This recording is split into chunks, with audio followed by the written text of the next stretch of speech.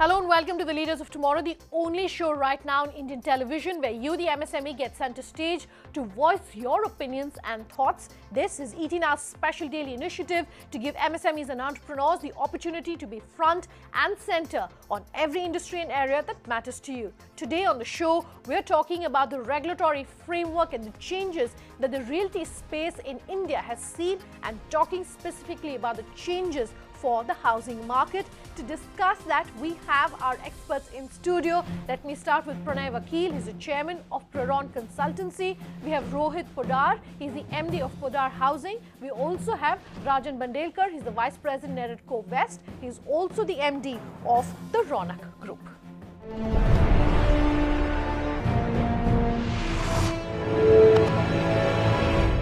Gentlemen, thank you all very much for being with us here tonight to talk about the legislation, the framework, everything which is changing and the impact it's going to have as far as the housing market goes, whether it's the buyer or the seller. And there are so many stakeholders and there are equally number of changes when it comes to regulation for the real estate market. Maybe we can start by talking about RERA.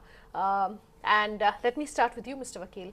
I know RERA is something that's been in the works for so long now. Now that we've seen the framework and the fine print really, is it all positive? Are there any concerns now?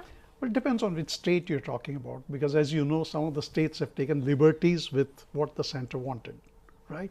In fact, as we speak, a committee is appointed in Delhi to kind of overview what are the relaxations made by each of the states compared to the Center Act. So it's very different for different acts, especially things which concern developers, things which concern payment of interest, things which concern, these are the things where the states have taken some liberties. But overall, I think it's a damn good thing to have happened.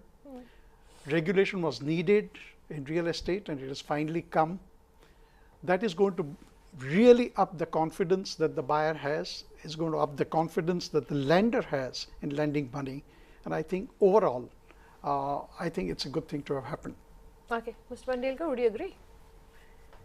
Very much. And we at Neredco, we have welcomed Maharashtra RERA.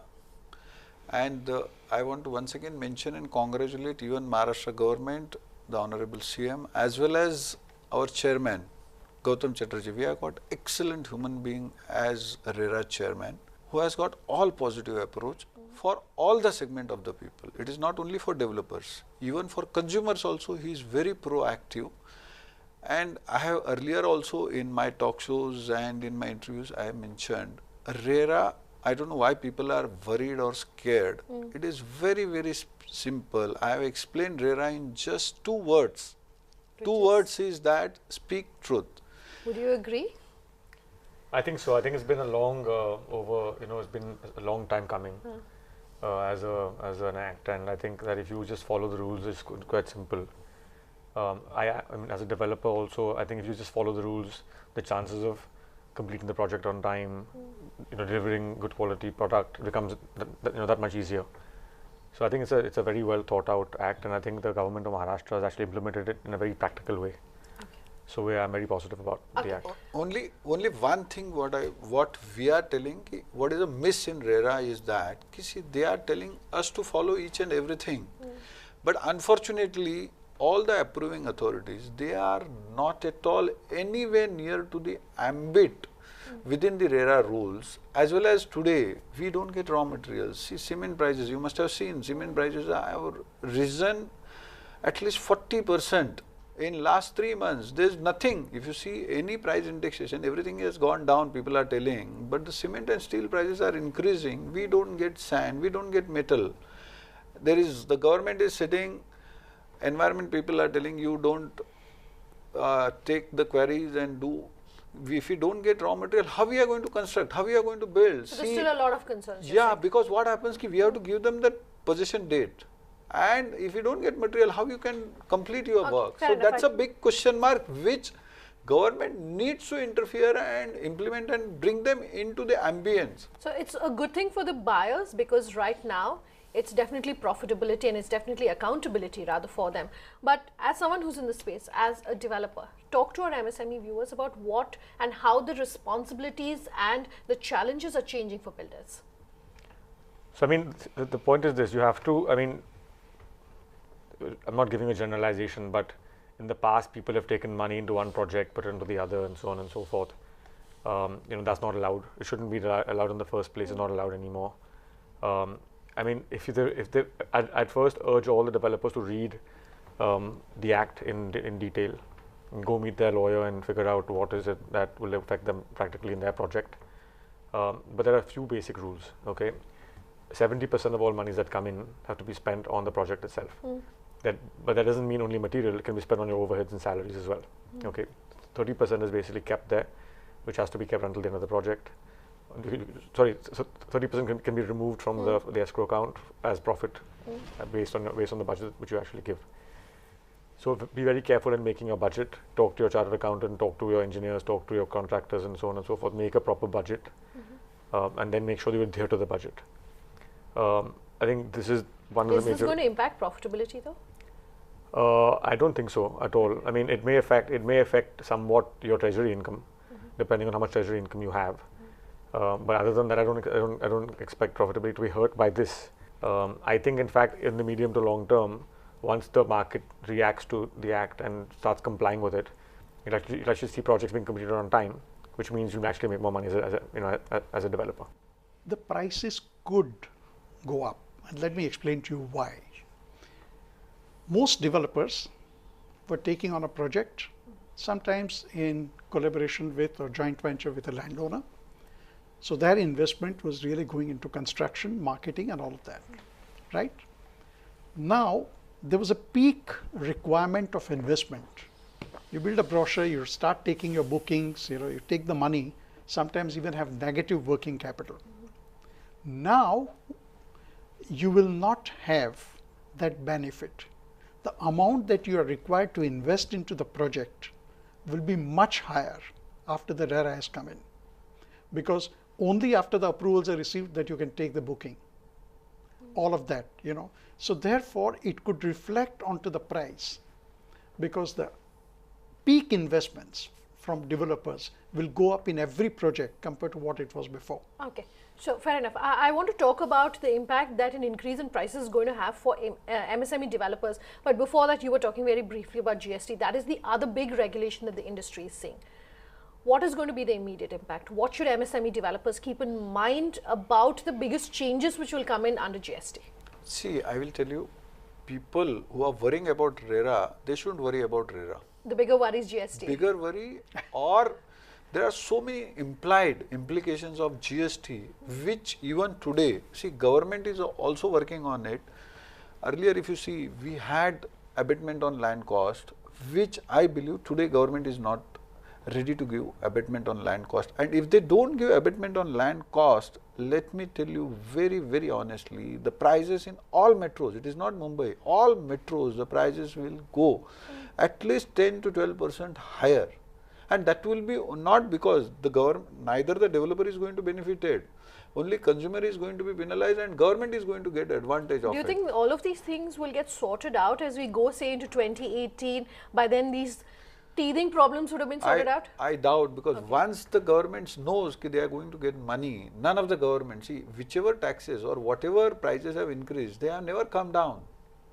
So it's very difficult. So we, as our body, we are trying, we are lobbying with the government, and we are requesting them, ultimately the consumer who is paying the taxes, it doesn't affect us as a developer. Yes, it will affect us as our sales, because the sales will dip for a time period. But what will happen, the moment sales dips, the new launches will become lesser and lesser. So the demand would be there and supply would reduce. The moment the gap, it creates a gap between demand and supply, 101% the prices are going to go up. But Rohit, do you think that this is then going to be a rationalization really of supply and demand? Because you had this huge supply that was happening about 4-5 years ago, then demand started falling.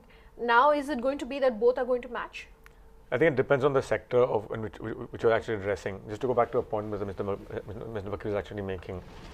See, the point is this: price rise, if you have skinny capital as your modus operandi in any business, that can't last, right? So the fact is this: whether you're the MSEM sector or the large sector or the small sector, it's not relevant. The real estate business globally is not a skinny capital business. should be adequately capitalized. Whatever the effect of that is, that's the reality of life. Coming back to the point on prices, if you look at the demand supply analysis, you have a big skew of oversupply in the luxury space, for example, in Mumbai, but you don't have adequate supply of affordable housing, right? So Sir's, of course, vice president of NAREDCO, and there's been a big drive, whether it's an MCHI, NAREDCO, or PIATA, to create more affordable housing stock. So I think in that segment, I mean, if you're looking at the Mumbai market in particular, which is the MMRDA, and looking at a sub 30 lakh rupee market, in my opinion, there's still unmet demand. Okay. But Rohit, what happens if you tell in Mumbai, you don't get anything sub 50 lakhs also. Forget about that 30 lakhs. I think that affordable housing is a slightly larger conversation. I want to take a very quick break at this point. When we come back, let's talk affordable housing, let's talk demonetization, and also how intermediaries like your digital and technology players are really coming in to play. Do stay tuned. We'll be back after this very short break.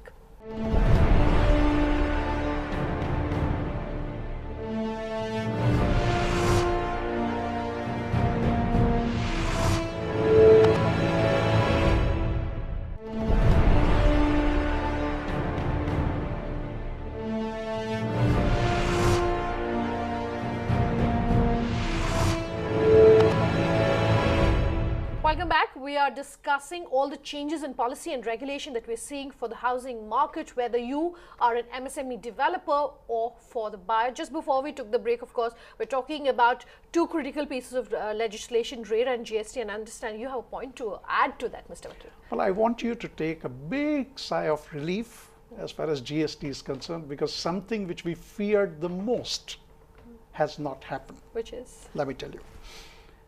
There was one clause in the draft GST regulation which says that input credits will not be permitted for real estate segment.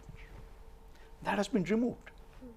So what is going to be the benefit for developers? Major change, because now the input credits can be taken by the real estate segment, and let me explain to you what happens. If you are talking about a house which is selling, or a flat which is selling at say 4,000 rupees a square foot, 5,000 rupees a square foot, there it could have a significant impact, because the input cost in that could be as high as 2,500 rupees per square foot. And on that, the cement, steel and everything else, there is a GST which is paid, which can be set off. Okay. It's only when you go to the high segment, like Rahul said, that you are into segment which is 20,000 rupees per square foot plus, that the GST will begin to hurt, because the input credits you'll get will be so small, right? Because the construction cost is not going to change dramatically whether you're selling your stuff for 20,000 rupees a square foot or 5,000 rupees a square foot. Yeah. It will change, but by 500 rupees a square foot, 1,000 rupees a square foot, not more. And therefore, the hurt will come in the high value segment, where the input credits that you can set off are going to be limited. Okay, and fair. Therefore, the full impact of the 18% is going to be felt. Okay, which is not something a lot of people are talking about at this point. It's 12%. 12%. 12% it is. Okay. It is 12%, not 18%, because if government listens to him and makes it 18, then we'll be in another You will be in trouble. Yeah. No, I was talking the input credits where you get, Yeah. that could be 18. Okay, fair enough. Just before we took the break, Rohit, you were talking about different segments of the market. Affordable housing is another big leg of what a lot of developers are looking at. I know the government is very passionately talking about affordable housing and its vision for affordable housing. How's the demand there being met? What changes should we likely see? I will tell you one minute, I will tell you before Rohit. See, government is telling they want to make affordable, or they are talking about housing for all, but they are not meaning it. So what is the definition then of affordable in housing? More than definition, I will tell you, whatever cost of flat is there, I will tell you more than 35%. It ranges between 30 to 40%. So on an average, 35% goes in all your taxes and premiums. So if you buy in Mumbai, if you think a house is costing you 1 crore rupees, 35 lakhs goes to the government. What we are requesting the government, okay, you don't give this tax holidays to a higher segment, but at least affordable segment, whatever they talking, 30 square meter, 45 or 60 square meter homes, whoever builds that, if they give it to that, 101% the prices will come down. And when government is telling prices has to come down, only if government wills and wishes, then only prices will come down. Otherwise, the prices are going to go up because the raw material and cost of construction and all other input costs are going up. So there is no way the prices are going to come down. Okay. Yeah, Rohit, you can add on to it. So I think also in addition to the fact that input prices are an issue, you also don't have single window clearance for affordable housing as of now. If you want real supply to come in, so you have of course, you have a capital, you have an inter-subsidy scheme now, 4% and 3%, you have under the PMAY, you have a capital subsidy scheme and so on and so forth, which are all great, fantastic moves. But the single largest point is that you have to have single window clearance within a time frame, 30 days, 60 days, define the time frame. But that has to happen. Unless this particular thing happens, there won't be a exponential increase in supply, which is what's needed to basically make the housing shortage go away. So it's coming in some states, but it hasn't come in Maharashtra yet. I think we're really looking forward to that happening, in the foreseeable future. Mr. Vakil, speaking of concerns, let's talk about fundraising and lending to the industry. On one hand, of course, you have options like REITs, you have FDI, which I presume only a larger player can really sort of have access to that. And on the other hand, you have bank lending, which still we are given to understand hasn't really taken off given the NPA mess that the industry is in. So what does an MSME do then? Okay. To start with, the REITs would apply more to commercial office space than to residences, and I think we are talking about residential market. Absolutely. So REIT will not impact this for the time being.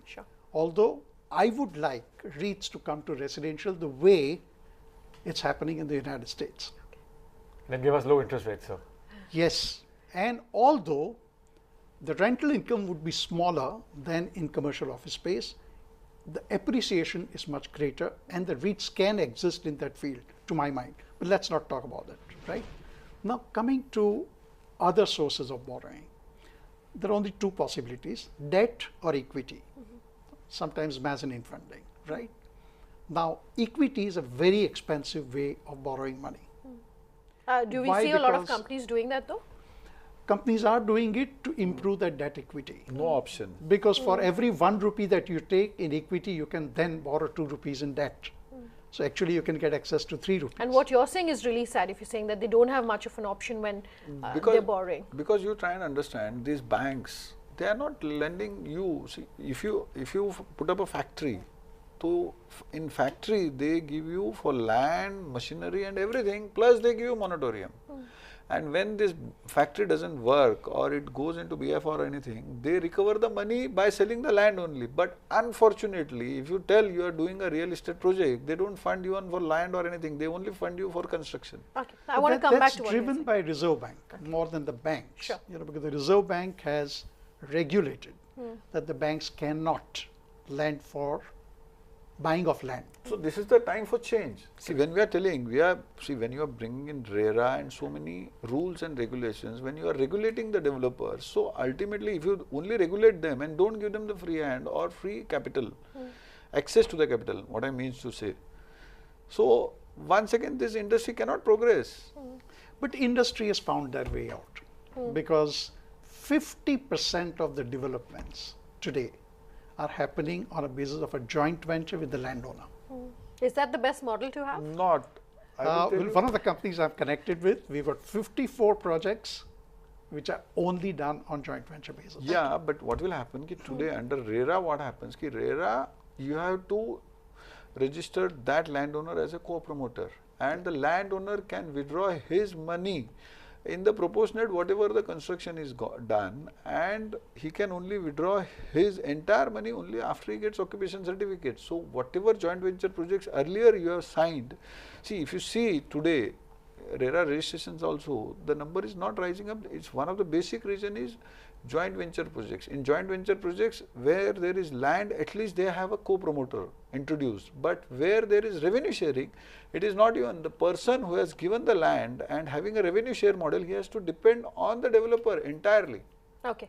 One thing that we haven't gone into, and while this is an interesting debate and I definitely want to discuss before we wrap up, is demonetization and the impact it's had possibly on demand. I do know that towards the end of last year, there was a little slowdown in demand because of demonetization. How are things changing?